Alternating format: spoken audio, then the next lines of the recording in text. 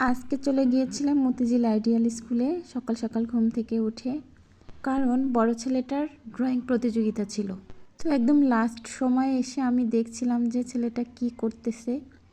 তো এই তো ওর ড্রয়িং প্রায় শেষ। তো শেষ করে বাইরে এসে ওর ক্ষুধা পেয়ে গেছে। পরে ওর বাবা কলা আর চিপস কিনে নিয়ে আসছিল, ওগুলোই খাচ্ছিল দাঁড়িয়ে দাঁড়িয়ে।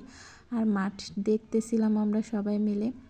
তো কিছুক্ষণ ওখানে খাওয়া দাওয়ার পরে আমরা এখন যাব হচ্ছে অডিটোরিয়ামে।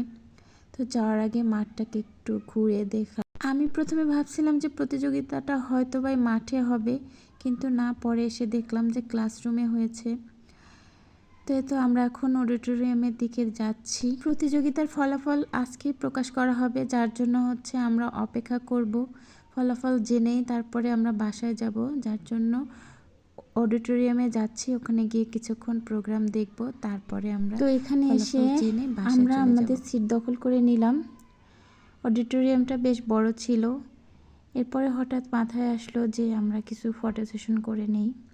তো এই তো আমার হাজব্যান্ড আর বাচ্চারা ফটো সেশন করতেছিল, আর আমি পিছন দিয়ে গিয়ে একটুখানি ভিডিও তুলে নিলাম এই মুহূর্তটাকে। পরে পুরো প্রোগ্রাম দেখে দুপুর 2টার সময় বাসায় চলে আসছি।